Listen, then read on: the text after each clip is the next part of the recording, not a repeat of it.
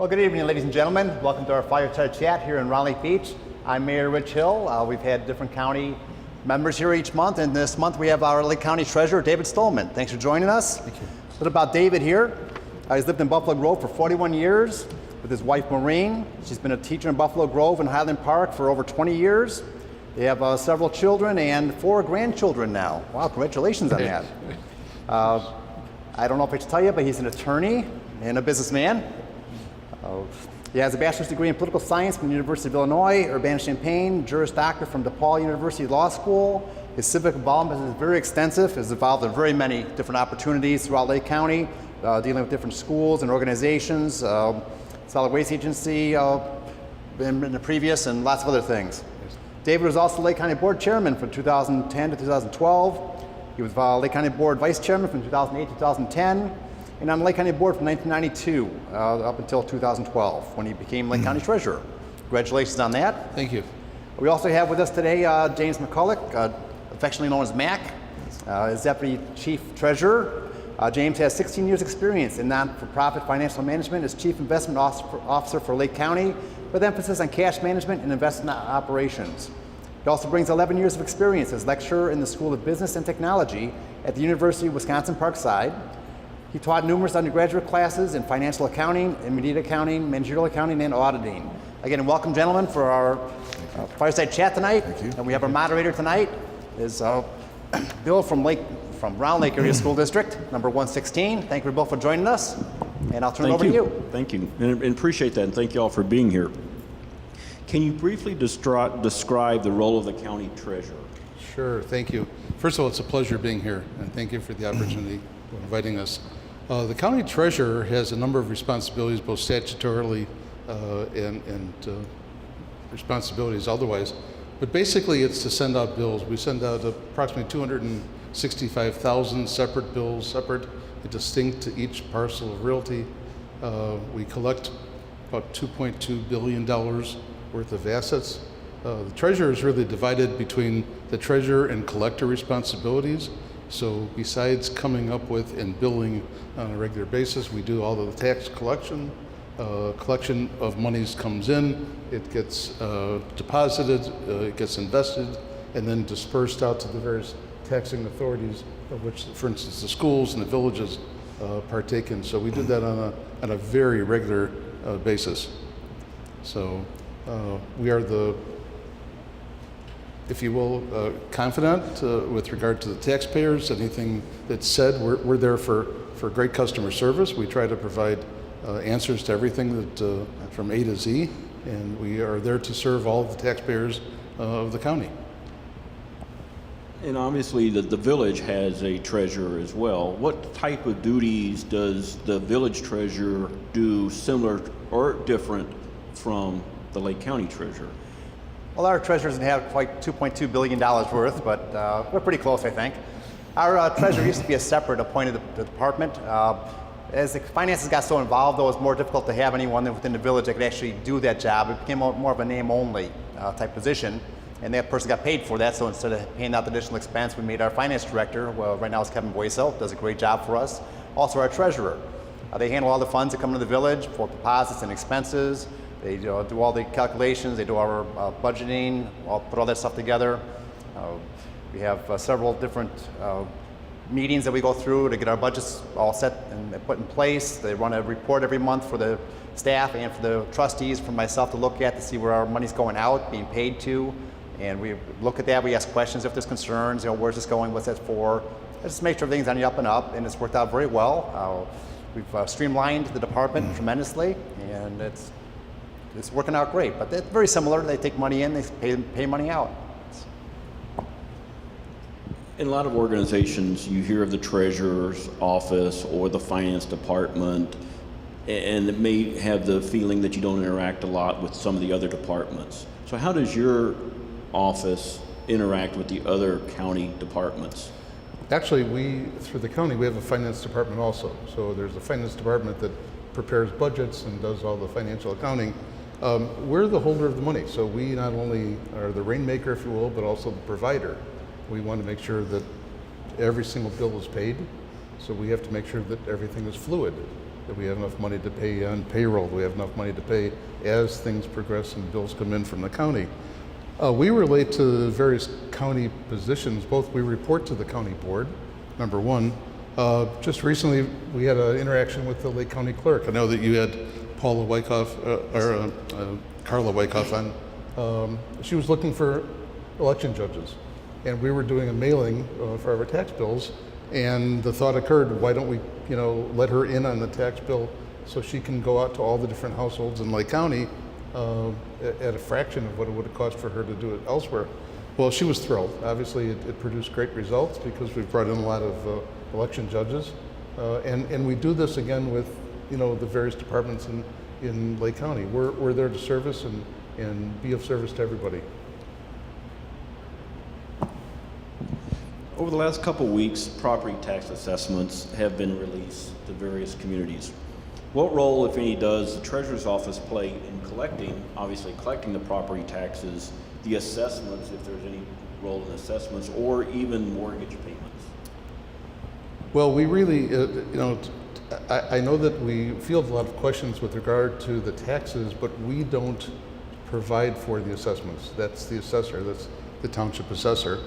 Once the blue letter comes out, and if someone hasn't done the appeal process, that's pretty well set. We field questions every single day of how can I reduce my taxes? Well, you can't this year because the bills are already come out. Don't forget your bill is always a year behind. So our position is really to advise and counsel people. We try to tell them, go back to the assessor. First of all, let's examine your bill. Are you getting all the exemptions that you have? And many times the people are finding that our very first question about exemptions, they don't have the general exemption. They don't have a senior if they're a senior. By chance, I just happened to bring in senior deferral program. Even though it's a state of Illinois program, we actually implement it. We have some packets that the mayor is going to bring back for seniors in case there's any questions. From our position, we are pretty well relegated to, we have duties to perform. Those are set by statute, and we don't get involved with regard to the assessments. That's really the county, ultimately the county assessor, but it's really the township assessor. Mac, is there anything? As far as the actual duties with the taxes, we're associated mainly with printing the bills after the taxes have been calculated, getting the bills mailed out to the taxpayers, and then collecting those taxes and getting the revenues out to the taxing authorities, the taxing districts. School districts, the county gets some, village. So we're associated with basically the billing, collection, and distribution of the taxes. Obviously, it is a very complex process. So with that said, in education to the homeowners is important. What type of seminars do you provide, or somebody in the county provides seminars, workshops, or just educational information so the homeowners and taxpayers know where to go instead of contacting you directly? Your county board member, I know that when I was on the county board, especially as chairman, we used to have regular, we'd go and actually do a sort of a traveling circus, if you will, where we'd make presentations to the taxpayers, bring them in. Marty Paulson and many of the county board members would have these kind of meetings to tell people how can you lower your property taxes. And it's very, very simple. Go on the website, everything is completely laid out. But from a treasurer's point of view, now that I'm wearing that hat, we really can't get involved in advising people. So we can tell them, this is what you should look out for, this is what you probably should do, please get some counsel, but we refrain from actually giving the legal advice. But it's actually pretty easy. People do this by themselves, or they go out and actually hire agents to look at their tax bill. If in fact there's something wrong with the assessment and they prevail, they obviously are miles ahead. If in fact they don't prevail, at least they have an education of what their tax bill, how it was created and how their assessment was created and what went into it. Everything on their website, which is something that's very, very important, is all transparent. from the time that I was chairman, I remember putting the county voucher, if you will, all the bills that and checks that we pay out. Every vendor is listed. You can go and see. Same thing as our website. It's very, very transparent, very easy to follow. And for anyone who wants to go on the website, all of the questions from A to Z are answered, and you can see what comparables look like, what the neighbors look like, as far as tax-wise. And the only question sometimes is, why is our neighbor getting less than, there's so many different intricate circumstances that, obviously we can't answer every question, but there might be a veterans exemption that the people don't realize, and yet they see, oh, how come my neighbor is paying less taxes than us? But does the village do any type of education for the local homeowners? Not too much as far as the taxes go. Luckily, we do have local resident Tim Walsh, though, who's doing several seminars in regards to property taxes and how you can either challenge them or you can apply for assessment changes, as David was talking about here with the senior assessment. Even sometimes people don't get the homeowners exemption because they rented the house at one point, they moved into it now, they forgot they have a change that they're actually living in the house. So I think Tim's holding one here on August 29th, right here in the Cultural Center. So if people are able to stop in and see that, it's a free seminar, doesn't cost anything, and he'll walk you through the process. As far as the village doing anything specific, no, that we do not. Not for the taxes, that we leave that to the county and the townships. I would like to add one thing. The assessment notices are going out in many places now. Each township puts out the assessment notice on their own time. And it's very important for the taxpayers to realize that they have a limited period of time to contest that assessment. I think it's 30 days from when it's mailed. So it would be important for them to do what Treasurer Stolman said, which is to go to the Lake County website and look at under the Chief County Assessment Office, they can look up their assessment for their house. And also, like you said, see the comparables for other properties that are comparable to theirs, and make sure that their assessment is somewhat the same. Now, this is sort of off the wall question, but from my perspective, the assessment to tax collection process is a very long process, almost a 2-year process. So you indicated that homeowners are getting assessments now. What is that assessment as of January 1, 2016, or is it a current assessment? And then I guess a follow-up is the assessment they get today, when do they pay taxes on that assessment? Is that next May or some other time period? Yeah, that assessment would be for this year. I believe it's January 1, 2016, but it is supposed to be like a 3-year rolling average up to that point. That assessment is then the basis of the taxes that they would pay next year. Okay. Next June and September is when the tax bill comes due on the assessment for this year. Okay. Thank you. for all the taxpayers, Illinois has a very interesting system. We're always a year behind, and it's for the trailing 3-year average. So it becomes a very complex situation. I mean, we're actually working on already getting prepared for next year. If you think about every individual PIN number has school districts, park districts, villages, library districts, and yet your school district doesn't know borders that are similar to what a village would be. They might, so there will be overlapping. It's hard to imagine, but everybody's different than everybody else. And yet, miraculously, we send the bills out, they get there timely, we get the collection timely, and then obviously make the disbursements timely. And to complicate that a little further, our school district has 5 villages. Yes. And the assessed value of each of those villages may be different. Right. They may go, one village may go up, another one may go down. So not everything is equal for us.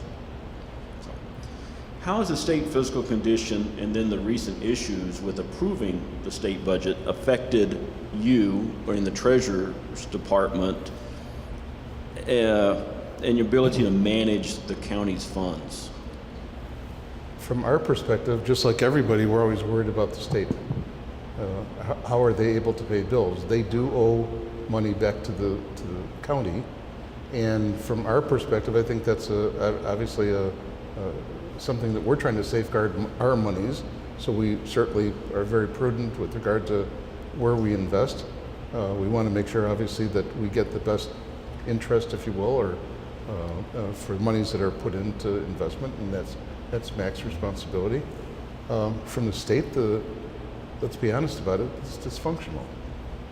You have a federal government, you have a state government, and nice to say that we are the oasis.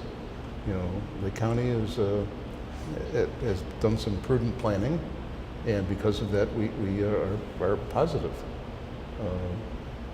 And hopefully less reliant upon the state as we go, but we are still reliant upon them.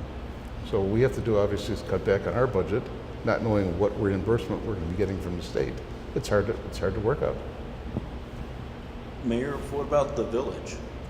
We're in a similar situation in that we try to put together a budget and pass it sometime in March or April, and not knowing what the state's going to do as of July 1st with our funds, either our share of the our share of the sales tax or our share of the income tax are the two big ones that they keep on talking about taking some of our share.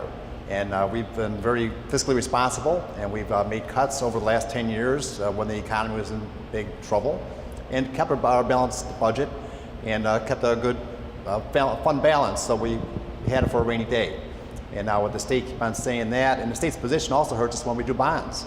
We did our last bonds, I think we got dinged an extra 0.25% rate because the state of Illinois is so dysfunctional, and they aren't really sure whether they're going to take any of our funds away from us either. And so that costs all of our taxpayers additional money, just simply because the legislature can't put together a budget that's balanced. And we've been doing that for years, so I say all those mayors take over the state down there and we'll get them straightened out. You indicated that one of your main functions is to safeguard the funds that are provided to you by the taxpayers. Yes.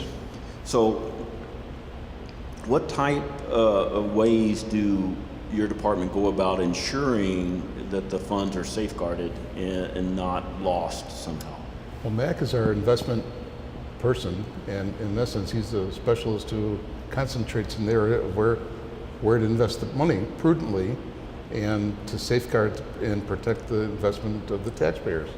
Mac, you So, yeah, basically, first of all, for our investment purposes, we're covered by the state Public Funds Investment Act. It specifies what investments that we can purchase. So we follow that and try to increase the safety by making sure that the credit rating for the bonds that we may buy, and we have a portfolio of those, are typically rated A or AA or higher. So that would reduce the risk of loss on that.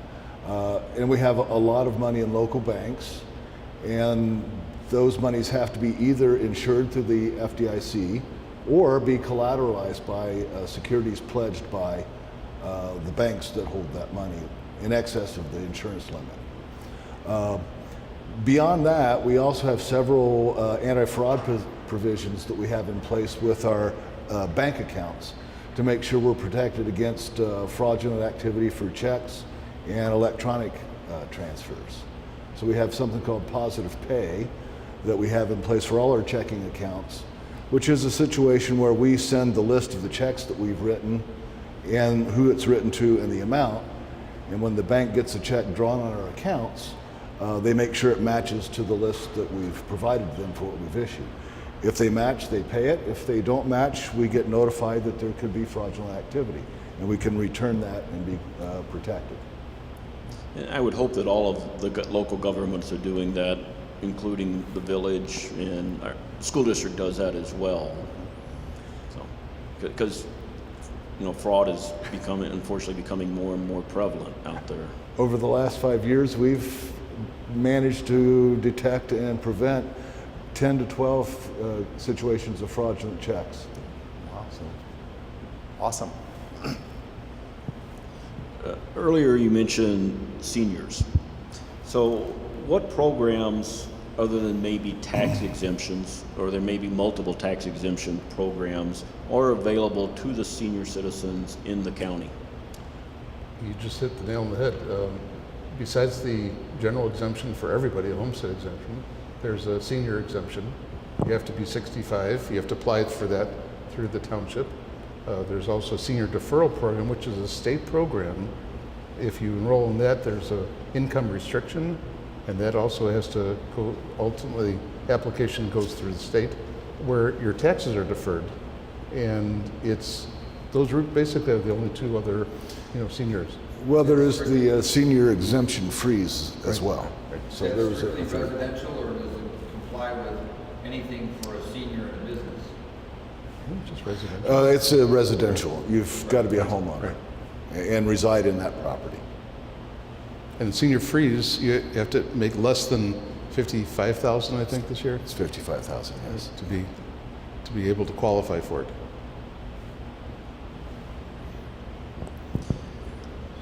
In your roles, both of your roles, what do you think are the biggest fiscal challenges facing Lake County over the next 5 years?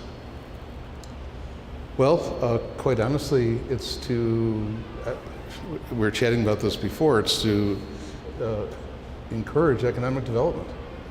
And economic development is the backbone of a tax system that is not going to be totally dependent on residential homes. If you have roadways that are going to be able to allow businesses to locate here, they will bring people. But the reality is, the companies that manufacture goods, don't pay the same thing as what the residential. And hopefully, I know that there was some recent question with regard to transportation of our roadways, Route 53. Now it doesn't seem to be having that same impetus that it did before, but we have to come up with something to keep businesses from running to Indiana and Wisconsin. And unfortunately, taxpayers, both residential as well as commercial, are fleeing this area. Taxes are just getting out of hand. So we're trying to obviously encourage people to go out and go to those board meetings, go to the village, go to the park district, go to the school board meetings, and encourage people to get involved and attend those, especially those budgetary meetings, whereas they can voice their opinion, and only because people, by doing that, will probably the taxing bodies listen to the people, taxpayers. And again, if they reduce their operating budgets, that's the only way taxes can go down. Unless you have an influx of new money coming in, which it doesn't seem real likely. The state doesn't have the money to build the roads that it once used to. We were looking to the toll road to do something. It doesn't look like, at this point in time, that's still on target, but we're cautiously optimistic. But I think economic development is the key. For our area to survive, we have to make sure that businesses don't flee to Wisconsin, and they've been doing that by droves. Yeah, I would concur. We have been very successful in locating retail businesses here because people need to shop pretty much closer to home. A lot of the manufacturing or warehousing, they're all heading out of state. They can buy land a lot cheaper, their property taxes are a lot cheaper, electricity in some cases is cheaper, although ComEd's rates have been reduced tremendously, and that's helped a lot. But trying to get any kind of manufacturing in Illinois with the workers' comp laws, those are very onerous on any kind of business, especially manufacturing. And other things like that, they chase people out of the state of Illinois, and that some things like that need to change in order to make us business friendly. When I got on the board in '95, that's one thing I heard a lot from businesses was we need to create a system where businesses can come in, they can be a part of the community, but they're not taxed to death and there's not regulations to death. And we tried to make that in Round Lake Beach here, and we've been very successful again with the retail, the growth we've had. But if manufacturing, no, none. You also made a comment that I think all the municipalities are facing as well, and will be facing in the future, and that is reducing costs. Mm-hmm. And with revenue being pretty much flat and expenditures going up, how has that impacted the county as far as your department or the functions that you? Well, just a little background. When I was chairman of the county board, we reduced millions to the county budget. And since becoming treasurer, we've reduced our budget 2 years in a row. We're doing more with less people. We've added some technology. Bottom line is we're trying to make it more self-sufficient, if you will. And I know that one of our one of our employees was here. We have a very dedicated group of people. The staff is outstanding in the treasurer's office, but again, it's a very small group, and we're doing a humongous amount of work. And again, trying to make sure that we stay within budget, and we've cut our budget 2 years in a row. So, with that, hopefully, we're setting an example. You referenced technology. That we know social media is becoming more and more prevalent. How have you adapted to social media, and what types of avenues do you use in your department? We have a terrific webpage, and I can only encourage people to go to lakecountyil.gov. You can open it up. The treasurer's office, I think we have redone it a couple times to make it user-friendly. You can pay your bills on the website. There's a plethora of ways that one can pay their taxes. And again, I just want to remind people, September 2nd is the new date for the bills to be coming out. But our website is fantastic, and I think probably what people don't recognize, but they can sign up for our newsletter. And we send out a newsletter periodically just to inform people of what's happening, not only in our office, but just to be aware of what's going on with regard to the Treasurer's Department, taxing authority, whatever. And I would strongly suggest people sign up for the newsletter. I don't have a Twitter account. Mayor, what about the village? How are you connecting to the constituents? Very similar. The website's probably our biggest contact that we have out there with our residents. So a couple of years ago, we redefined that whole thing, made it a little easier to navigate, added more forms on it for economic development. People go on and apply for permits, fillable forms, things like that. There's also a Notify Me on there where you can sign up and get emails from the village when there's either events happening or situations happening that need be residents to be made aware of, whether it be weather situations or if there's a train derailment or something like that, we need to notify people about it real quickly. They can do that by email and by text and several other ways. We also have a couple Facebook accounts. Our police department has one. In fact, they had tonight they were doing a Pokemon with all the kids right next door at the police station. It was announced on Facebook, and they had well over 100 kids out there searching for Pokemon. I hope they were successful. Our cultural center that we're in today has a website also, so they can let people know what's happening, like tonight's event. They also have different painting events here and real estate webinars, seminars, and a lot of different things like that going on for the general public that are usually free seminars. And I really encourage people to check out our websites and our Facebooks. Granted, there's multiple municipalities. You have Lake County, you have the village. How do y'all work together consistently? And then, are there other areas where you feel that collectively you can work closer and better together? Well, as you said, or as David said also, that there's a lot of villages in Lake County, like 52 of them or somewhere around there, and a lot of schools and park district and fire departments. Locally, we work with all of them very well. We have intergovernmental agreements with virtually all of them for different events. Like the school district, we're working with for salt purchases and working to save money for all of our residents in the process. As far as the Lake County itself, we've done a lot of bidding with them, not through the treasurer's office, but they've had a lot of bids that have helped us to save money. We just did a road salt bid, in fact, on that also. Saved us quite a bit of money. As far as the treasurer's office directly, we get our money from him. We appreciate that, and as long as he keeps that coming, we'll all be good. And what about from the county work? Is it just mainly it's tax dollars going back? Well, it's not so much the county board, or not so much the treasurer's office, but the county board.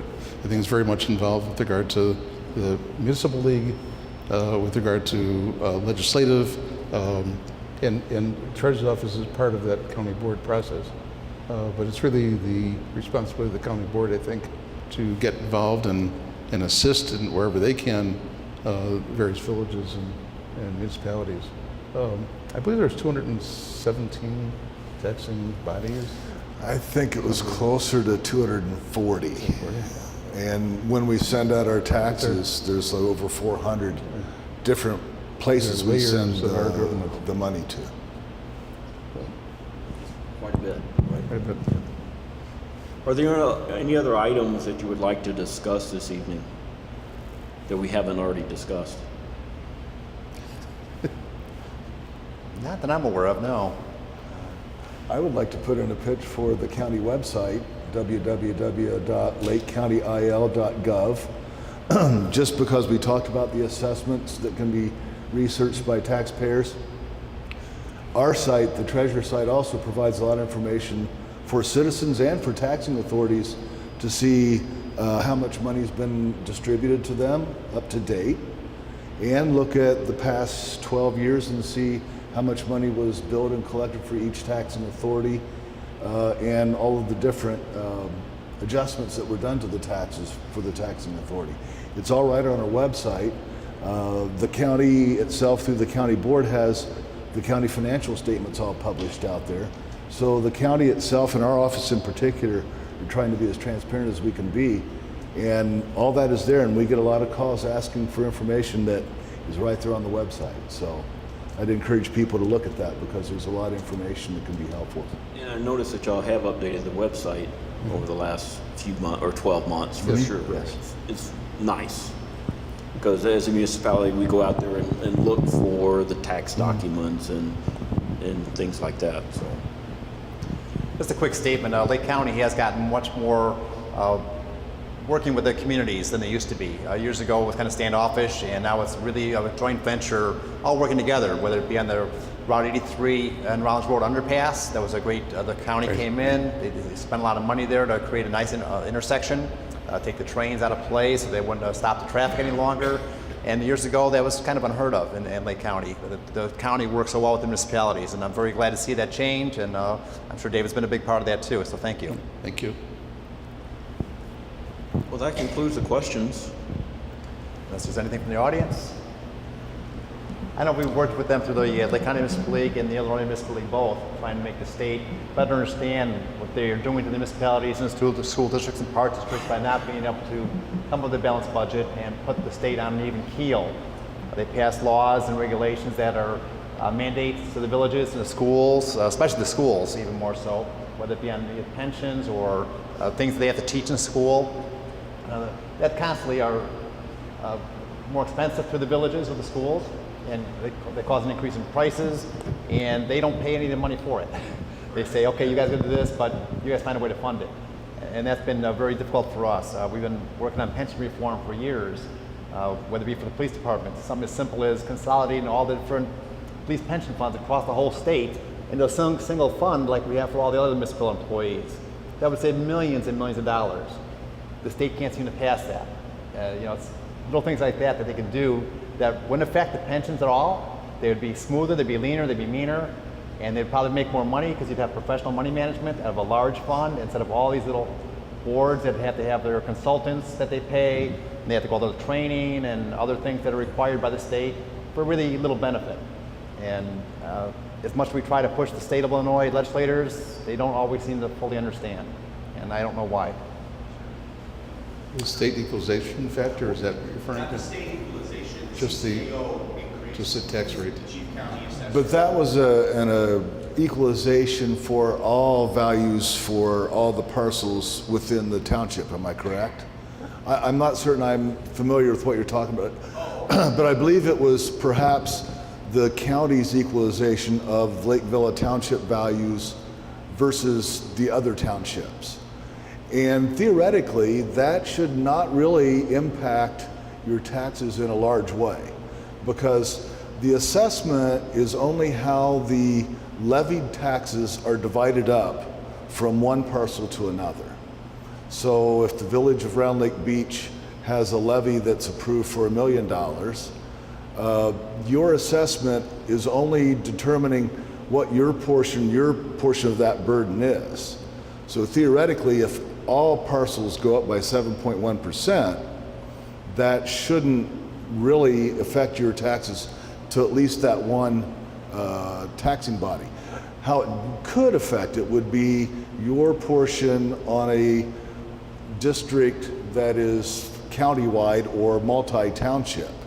Then that would tend to increase your load compared to, let's say, Grant Township or Antioch Township or Avon Township.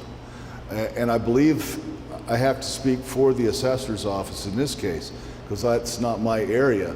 but I believe what they do is they look at the sales figures and try to make it so that the increase as far as the sales amounts are equal from township to township, since there are different assessors providing those values, and try to make it even across the county so that it's more fair. Again, I would have to defer to the Chief County Assessment Office to give you the real technical background on that, but that's generally the idea. You're welcome. And what you said earlier, as far as all the, I think maybe David said about all the different parcels that are out there, all the different units of government that are out there that overlap each other. Yes. We have 5 school districts in Round Lake Beach, 2 fire departments. We have a park district that covers the entire village. We also have 2 townships, and one township has like an athletic program. So those people are paying for the township athletic program and for the park district athletic program. 2 separate programs. And it just gets very confusing, and people look at you like, what's going on here? Why can't you guys be one? Here it is.